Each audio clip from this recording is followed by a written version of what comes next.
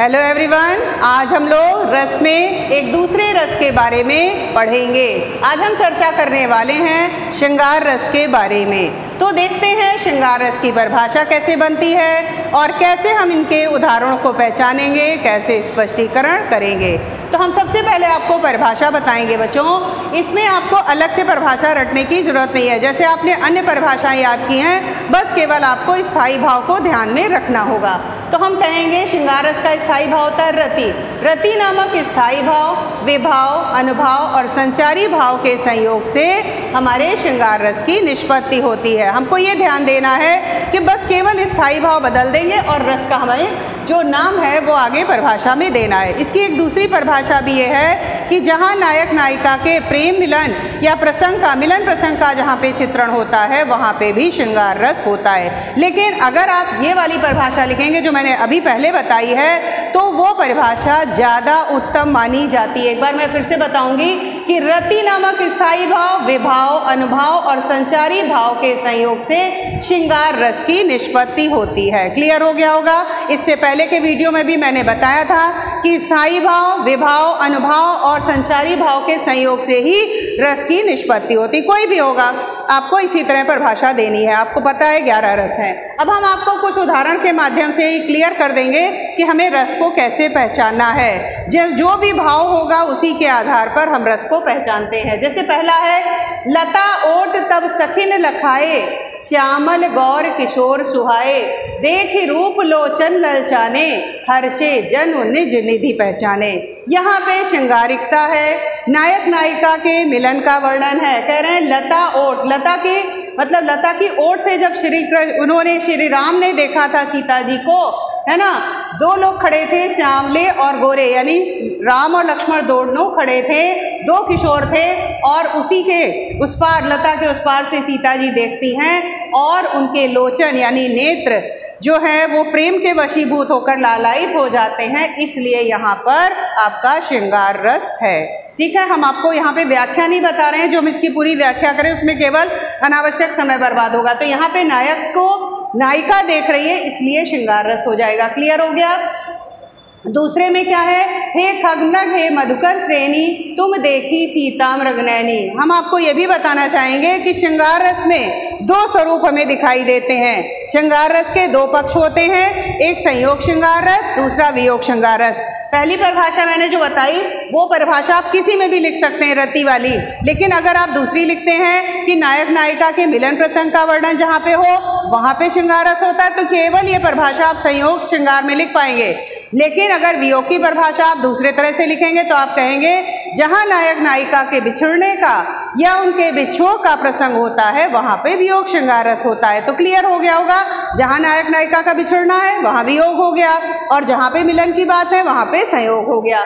तो इस वाले में क्या दिखाई दे रहा है, हे खगमृग हे मधुकर श्रेणी, तुम देखी सीता मृगनयनी। जब सीता जी को रावण ले जाता है उस समय श्री राम जब उनको वन वन में ढूंढते हुए निकलते हैं तो वो पक्षियों से, हिरणों से, सभी से पूछते हैं कि यहाँ तक कि भ्रमर से भी पूछते हैं कि क्या तुम लोगों ने कभी सीता को देखा है जो स्वयं मृग के समान सुंदर नेत्रों वाली है। तो यहाँ नायक का नायिका से बिछुड़ना है, इसलिए आपका वियोग श्रृंगार रस हो जाएगा।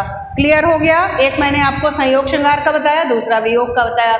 तीसरा है कान भये बस बांसुरी के, अब कौन सखी हमको चाहिए। इसमें भी गोपियों का श्री कृष्ण से वियोग है और वो कह रही हैं कि ऐसा लगता है श्री कृष्ण केवल वंशी से प्रेम करते हैं, हम लोगों से इसने नहीं करते हैं। यहाँ पे भी नायक से नायिका बिछुड़ी है इसलिए वियोग श्रृंगार रस हो जाएगा।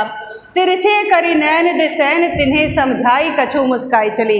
यहाँ भी श्री राम और सीता के प्रसंग का वर्णन है। कहा गया है कि जब वनवास में सीता राम वनवास में जाते हैं उस समय कुछ ग्रामीण स्त्रियाँ सीता जी से प्रश्न पूछती हैं कि आखिर ये आपके जो सांवले शरीर वाले हैं इनसे आपका क्या नाता है। तो तिरछे नेत्रों से संकेत करती हैं सीता जी और मुस्कुराते हुए श्री राम को देखती हैं और आगे बढ़ जाती हैं। तो यहाँ नायिका का नायक के प्रति प्रेम है, स्नेह है, इसलिए यहाँ पे आपका संयोग श्रृंगार रस हो जाएगा। क्लियर हो गया होगा। अगला हम आपको बता रहे हैं, प्रिय प्यारे तिहारे निहारे बिना अखियाँ दुखियाँ नहीं मानती हैं। इस वाले में बताया है कि गोपियाँ श्री कृष्ण से बिछुड़ रही हैं, अलग हैं, दूर हैं, क्यों? क्योंकि श्री कृष्ण मथुरा में है और गोपियां ब्रज में हैं, दुखी हैं। वो कह रही हैं कि हे प्रिय श्री कृष्ण, आपके तिहारे माने तुम्हारे, तुम्हारे निहारे, तुम्हारे दर्शन के बिना हमारी इन दुखी आँखों को भी चैन नहीं मिलता है। अर्थात गोपियाँ श्री कृष्ण के दर्शन करना चाहती हैं। तो यहाँ पे भी वियोग है और नायक के प्रति प्रेम है, इसलिए भी श्रृंगार रस हो जाएगा। क्लियर हो गया? अगला है, इन दुखियान को न चैन सपने मिलो, तासो व्याकुल विकल सदा अकुलाएंगे। ये भी भारतेंद्र जी की पंक्तियां हैं।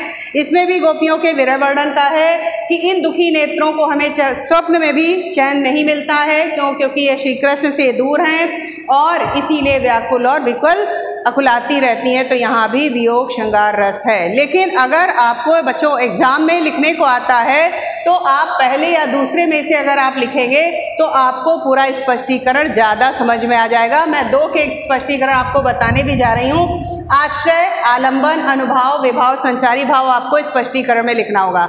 सबसे पहले आप हेडिंग डालेंगे स्पष्टीकरण, आप लिखेंगे आश्रय। आश्रय क्या होता है? जिसके हृदय में भाव उठ रहा है।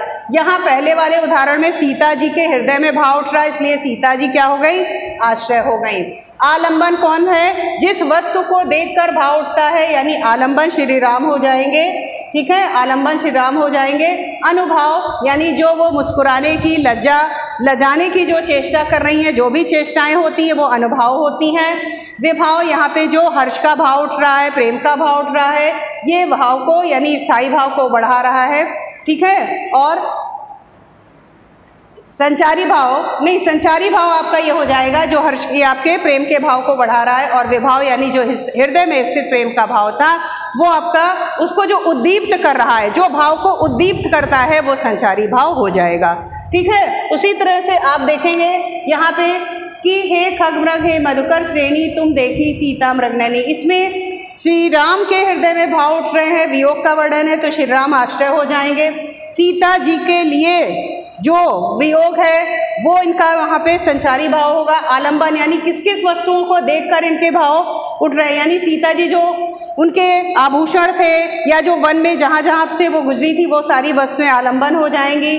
अनुभाव यानी जो वो विलाप कर रहे हैं वो सब चेष्टाएं वहाँ पे अनुभाव हो जाएंगी। और हृदय में जो वियोग का भाव है वो तो आपका विभाव ही है। और जो रुदन है या विलाप है या जो चेष्टाएं हैं उससे जो उद्दीप्त हो रहा है वियोग का भाव वो संचारी भाव हो जाएगा।